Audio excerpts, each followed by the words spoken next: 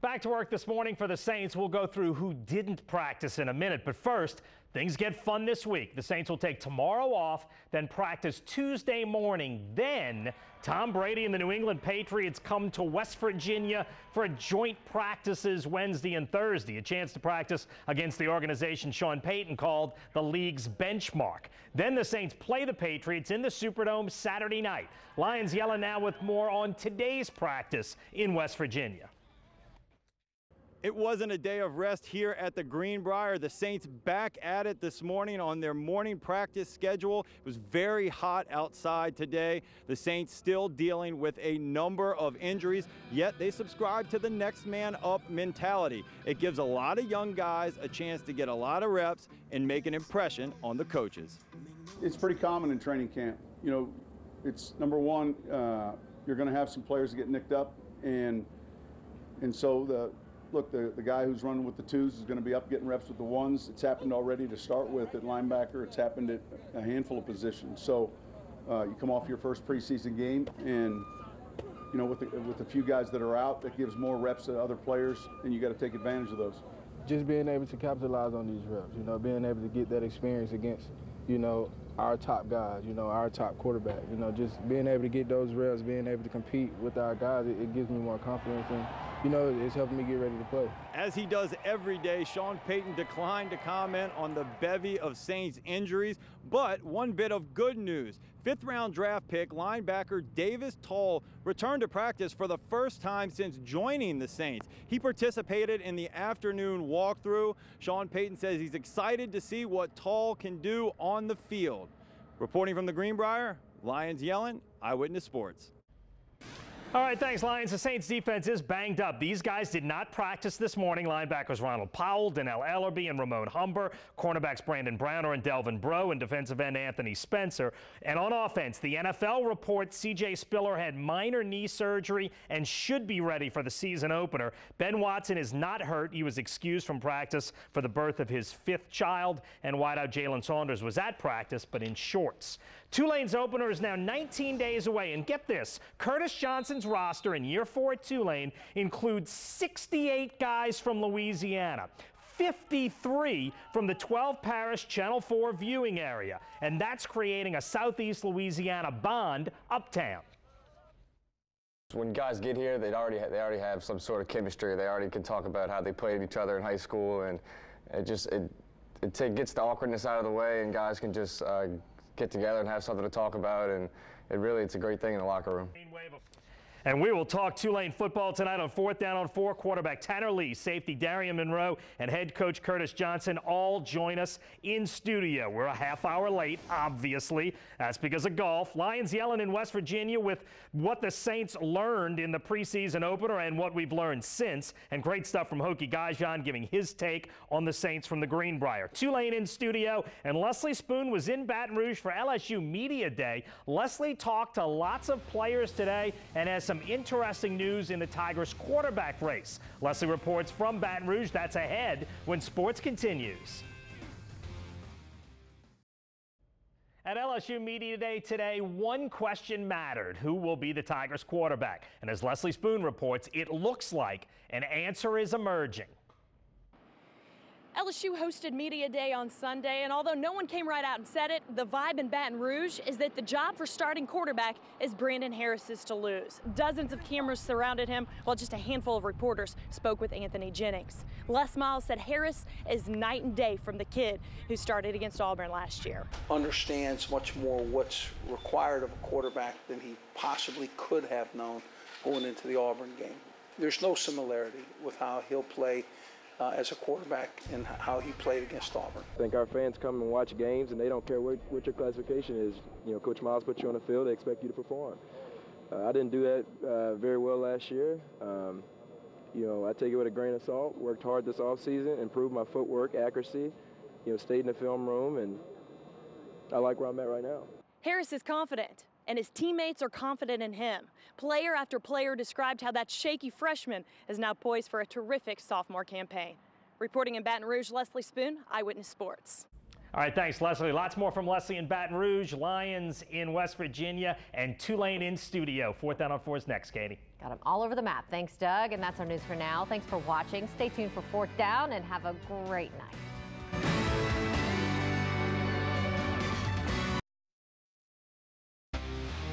The Saints got beaten and banged up in their first preseason game, but there are a few silver linings to take away from their loss in Baltimore.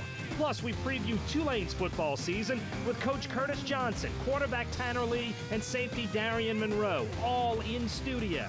And as LSU held its media day today, why one player is beginning to emerge as the Tigers' starting quarterback. This is the last word on sports. 4th Down on 4 starts now.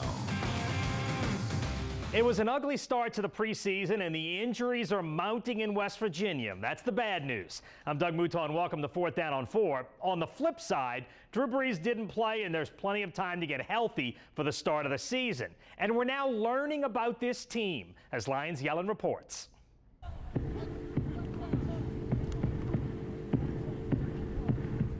For these Saints, training camp wasn't hell, it was practice. And if it were a movie, it'd be the good, the bad, and the ugly. That classic title really sums up the last 3 weeks, including Thursday's preseason opener in Baltimore. Yes, it's certainly been a mixed bag so far, but that's to be expected. Still, if the Saints hope to improve on last season, they'll need to promote the good, eliminate the bad, and stamp out the ugly. All right, let's go to work. It's hard to ever say, are we right where we want to be? You know, you ask a coach that, and the answer is probably going to be no. We got a lot of work to do. Let's kick things off with the good, which perfectly describes the rookies' start.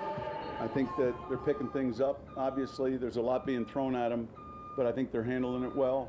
7 of the team's 9 draft picks played, and played well.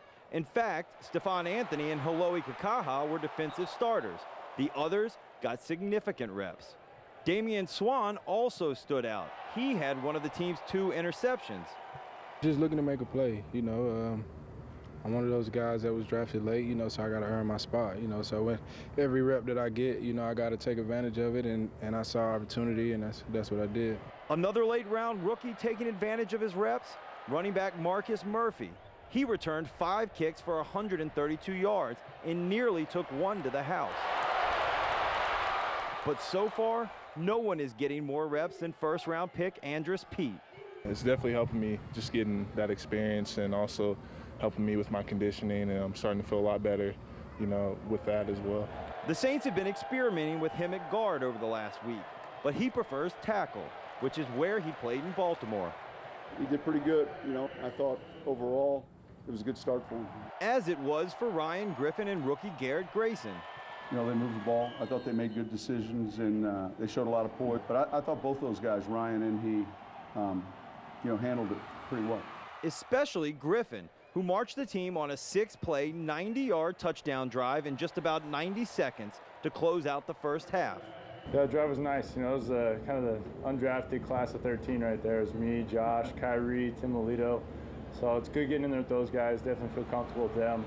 That drive finished with Robinson barreling into the end zone for the last of his 5 touches, on which he averaged almost 15 yards per. He was certainly explosive. You know, I talked to him about finishing those a couple times. That ball's out, although it was down. But no, he was very productive. I think that one of the things with both he and Mark that we're seeing more is their role increasing the passing game. Which is definitely a good thing, considering C.J. Spiller's injured knee. He's just one of several injured Saints, and that is, of course, just some of the bad. Already without safety Jarris Byrd, the Saints are now missing 3/5 of their projected starting secondary. Plus, they lost one of their starting linebackers as well. Definitely tough when you lose key players like that. You know, guys who you definitely know going to contribute to the team, and seeing them go down, it always hurt. You know, you want the best players out there. So to see Browner, LB, Bro, those guys go down was kind of tough. But what's bad, the Saints were struggling before that. They allowed Baltimore to march 80 yards in 16 plays while chewing up more than half the first quarter. They scored a touchdown, you know, it's not good. You know, time consuming, that kind of can take the air out of the start of a game. The Saints eventually fell behind 17-0, reminding many of last season. But what's worse, they fought back, only to give up the lead with just 2 seconds to play. Obviously, you know, there's some things that showed up that were problems a year ago, and yet it's a different club. I mean, you know, this group will swim or sink on its own merit. We certainly can't talk about the good and the bad without mentioning the ugly, and that's the 16 flags the Saints were whistled for in the preseason opener. That's why Sean Payton has had the referees at practice over the last 2 days. We've said it to these guys, I want to see the flag and then be able to talk about it. We can talk about it when we see the flag on film, but it's another reminder to, you know, without it, you know, things go unaddressed. Which would simply make for a movie no one in New Orleans would want to see. Reporting with the Saints in West Virginia, Lions yelling, 4th down on 4. All right, thanks, Lions. The Saints practice against the New England Patriots Wednesday and Thursday. Preseason game number 2 is Saturday night against New England in the Superdome. Now back to Lions in West Virginia with the pride of Baker High School. We're joined by one of the voices of the Saints, WWL Radio's Hokie Gajan. Hokie, watching that preseason game the other night, there were a few things that looked eerily similar to last year's Saints. What did you think about that preseason game? Well, yeah, especially the last drive that the Ravens made. You know, where they were able to move the ball down the field after the Saints had scored the go-ahead touchdown. Yeah, that did look pretty similar to that. Uncharacteristically, a lot of penalties in that ball game, which is not a good sign. But, you know, you see some good things and some bad things, and you certainly can't put a whole lot of stock into, especially the first preseason game. And that's not because the starters are not in there and everything else. There's a lot of guys out there that have never been on an NFL field before, out there in front of those lights and, you know, kind of living a dream. And, you know, you can't expect them to perform perfectly. But there was some things that, you know, certainly did catch my eye that you got to like. But like I said, that final drive that they made, that brought up too many shades of last season. Is there reason to be concerned after that game? Because when you see those things pop up, a lot of people, all of a sudden, they start to think, oh, this is just going to be a repeat of last season. Yeah, I mean, fans are going to push the panic button. And, you know, I mean, I've always taken the approach that the preseason is about performance, not points, because you have to find out who can run your offense and your defense, who can do the certain situational stuff you have to do. You have to find out who can retain the information that you've given them both offensively and defensively. And then after that, then when you get into the regular season, then you just hope that you pick the right 53 guys to do it, the guys that can get out there and do their assignments.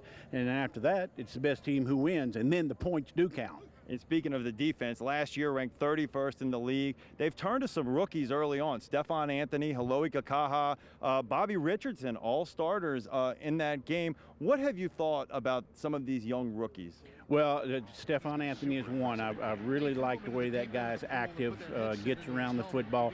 A middle linebacker is difficult to gauge out there when you're not having live contact. It's like an offensive or a defensive lineman. I mean, that's what those guys are there for. An outside linebacker is a little bit different. You can watch him on a pass rush. You can watch him drop into the flat, do some man-to-man coverage, things like that, and you can get a little bit better feel for his athletic ability. But those guys on the inside, you know, they're thumpers, and that's what they need to do. They need to have contact before they can really shine. But Kakaha is a guy that is certainly, you know, kind of early in camp has shown a lot of flashes like his pass rushing ability. But he's got to learn the passing game part of it now that he's going to be a stand-up linebacker. Now, the secondary was also a big concern last year. We have not seen safety Jarris Byrd practice. He's been on the PUP list. Trying to incorporate him into Browner, who was injured in the game. All these injuries are starting to pop up. Where does that secondary stand at this point? Well, I mean, that was pretty disappointing to see him come out. Delvin Breaux is a guy I was real high on, and I think it was the first pass that was thrown his way. He goes out of the ball game with an injury. Now, Damian Swan came up with an interception. He also had a pass interference call on him, but I like the fact that he was making an aggressive play on the football. And hey, look, he hit the receiver. You know, I think coaches can live with that. I mean, as long as you're playing full speed, going straight ahead, you can do something like that. Now, there were some other penalties, you know, where there was a grabbing in the end zone. You know, you don't want that. But nonetheless, I mean, he's a young man that has shown up.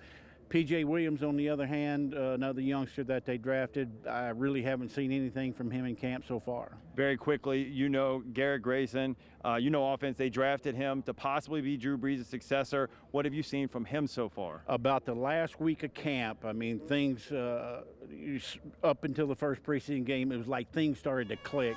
I remember the first day that we were down there on the field, and because where we have to stand, I mean, I was just kind of behind him, and I mean, I saw him throw one of the prettiest passes of this entire camp. And I think it might have been Shontavius Jones or Brandon Coleman that he hit down there, but you could see it. He anticipated it, and I mean, just threw a nice, tight rope down the field. And the other night when he did, you know, when the pass that he made before the touchdown, I mean, it was really nice in cover two right there, dropped it right between the cornerback and the safety. It's pretty good stuff.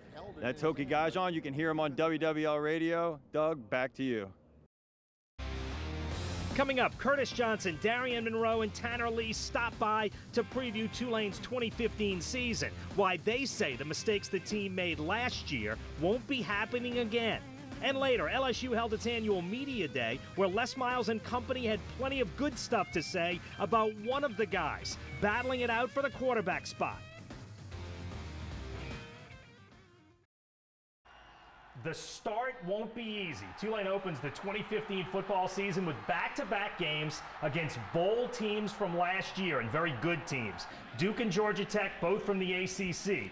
Duke comes uptown for a Thursday night kickoff on September 3rd, and then the Green Wave head to Atlanta to play Georgia Tech the following Saturday, September 12th. And we are joined by the Green Wave, of course, Curtis Johnson, Tanner Lee, sophomore quarterback from Jesuit, Darian Monroe, the senior safety from East St. John. CJ, start with the beginning of that schedule. You look at those two games from last year. The eyeball test tells me you're in those games completely. Obviously, the scores didn't indicate it. Yeah, you know, those teams are very, very good teams, two bowl teams.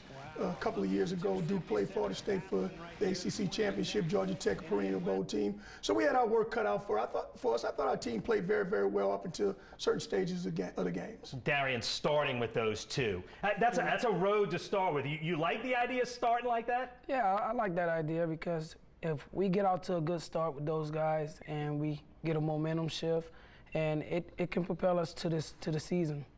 CJ, those two games, as much as any two games last year, were mistake-driven, how you weren't able to compete. How do you go about the mental side of coaching in this preseason, telling the kids that's not you? Is that one of the biggest battles to sort of teach a young team that, you know what, that was us last year, but that's not us now? Absolutely. It's a new start. It's a whole new season. You know, these guys, Tanner didn't have hair on his face last year. He's growing a beard now. You know, we're older. We're a little bit better.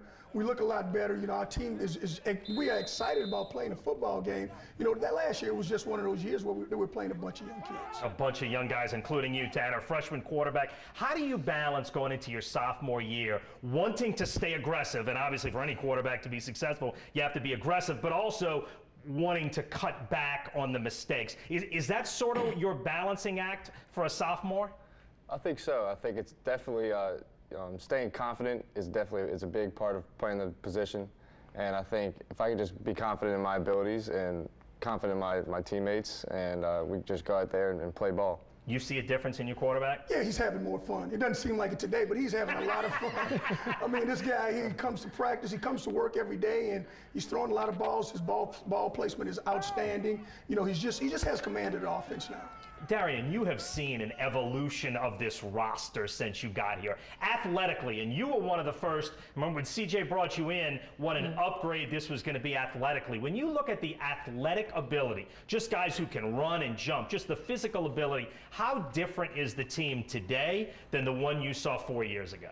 You know, the guys that we have now, the coaches have done a great job of recruiting these guys. We're keeping the guys, like you said, in state. But these guys, not only can they run and jump, they can think.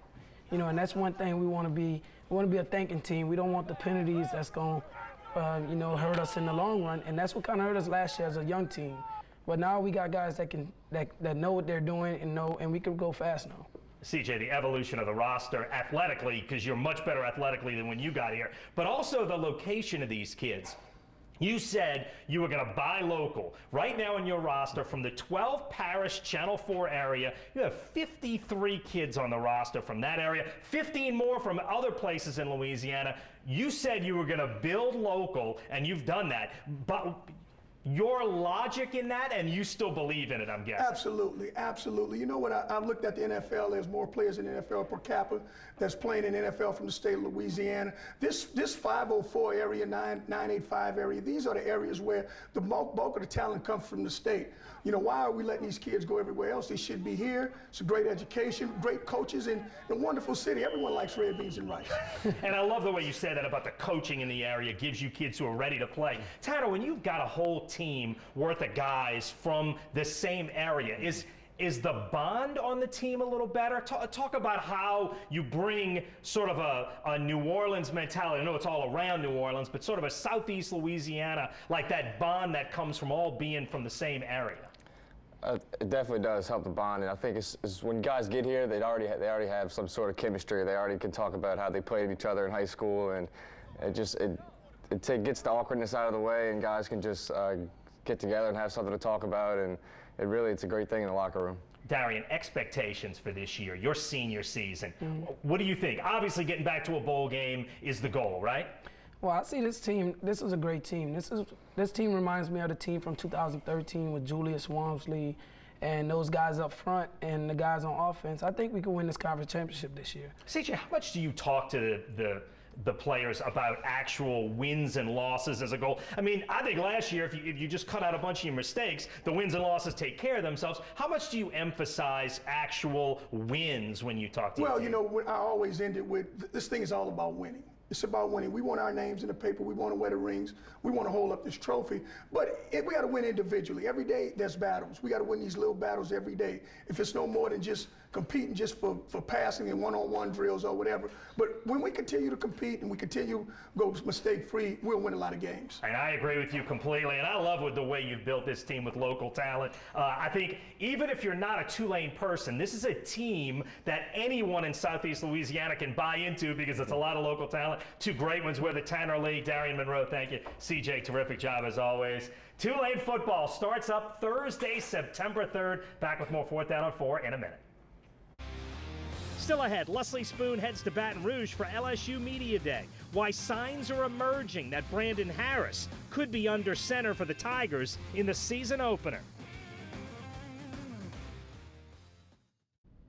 It's not official, but we definitely have a leader. Sophomore Brandon Harris is now the front runner in the race to become LSU's starting quarterback. And at Media Day today, it certainly appeared both he and his teammates know it. Leslie Spoon reports from Baton Rouge. Les Miles won't name a starter at quarterback, saying he wants it to play out until the end. But Brandon Harris has received the first snaps with the first string since day one of camp and got the most reps in Saturday night's scrimmage. Brandon Harris had the advantage there in numbers of snaps, I don't know, by half a dozen or so. And statistically, we were 20 for 34 with 5 drops. Harris says the biggest difference from freshman to sophomore year is going through his progressions and moving the chains one play at a time. Not trying to look for a home run shot every play, but checking the ball down to Leonard and Darius and Darryl and Nick Brissett and all our great running backs and giving them opportunity to run. Harris addressed his accuracy issues over the summer by working with quarterback guru George Whitfield. Getting my feet aligned and working on my footwork and continue to improve my accuracy and not gunning the ball hard to our guys, but giving them nice, comfortable balls where they can just catch the ball and run underneath and do different things like that. Because in reality, this is what it's all about. You know, I may not have to throw the ball hard every game, but you give him a nice, comfortable ball and let him go run with it. Starting center Will Clapp said the biggest difference in Harris is his maturity level. Most people don't realize how hard it is for an 18-year-old kid to come in and, you know, start reading defenses and coverages and checking protections. I mean, you know, stuff that, you know, even offensive linemen have to get used to. I mean, it takes people a while. And, you know, finally, you know, he's had a full year in the program and he's being able to put all this stuff together. The game has slowed down a lot. Because I'm not, you know, when you get to the point where you don't have to do much as thinking and you're able to play fast, and when I say fast, I mean not thinking and being able to get the ball out your hand quick and make decisions. That's what it's all about, playing quarterback. Now you'll be able to have fun and not overthink things. Harris said getting all the reps this summer with Anthony Jennings suspended was huge. He said his teammates responded and got acclimated to the way he likes to do things, and that's carried over. Meanwhile, we heard from Jennings for the first time today since being reinstated to the team. Immature on my part, putting myself in that situation. I put my team in jeopardy. I put my family in jeopardy. I embarrassed those guys. I embarrassed this team of how I acted. And, I've matured since then, since that moment. I'm just ready to continue and show these guys that I'm back and that I'm mature enough to lead this team. Knowing Les Miles, we may have to wait until the first snap against McNeese State to see who's under center. But at this point, Harris is the front runner. Reporting in Baton Rouge, Leslie Spoon, 4th Down on 4. We'll learn a lot about LSU early. Thanks, Leslie. Week 2 and 3, Mississippi State and Auburn. Wow. Back with more 4th Down on 4 in a minute. The Saints and Patriots highlight what should be a fun week. The West Virginia portion of training camp ends Thursday. For Lyons and Leslie and all of us here at Eyewitness Sports, thanks for watching. We'll see you next week on 4th Down on 4.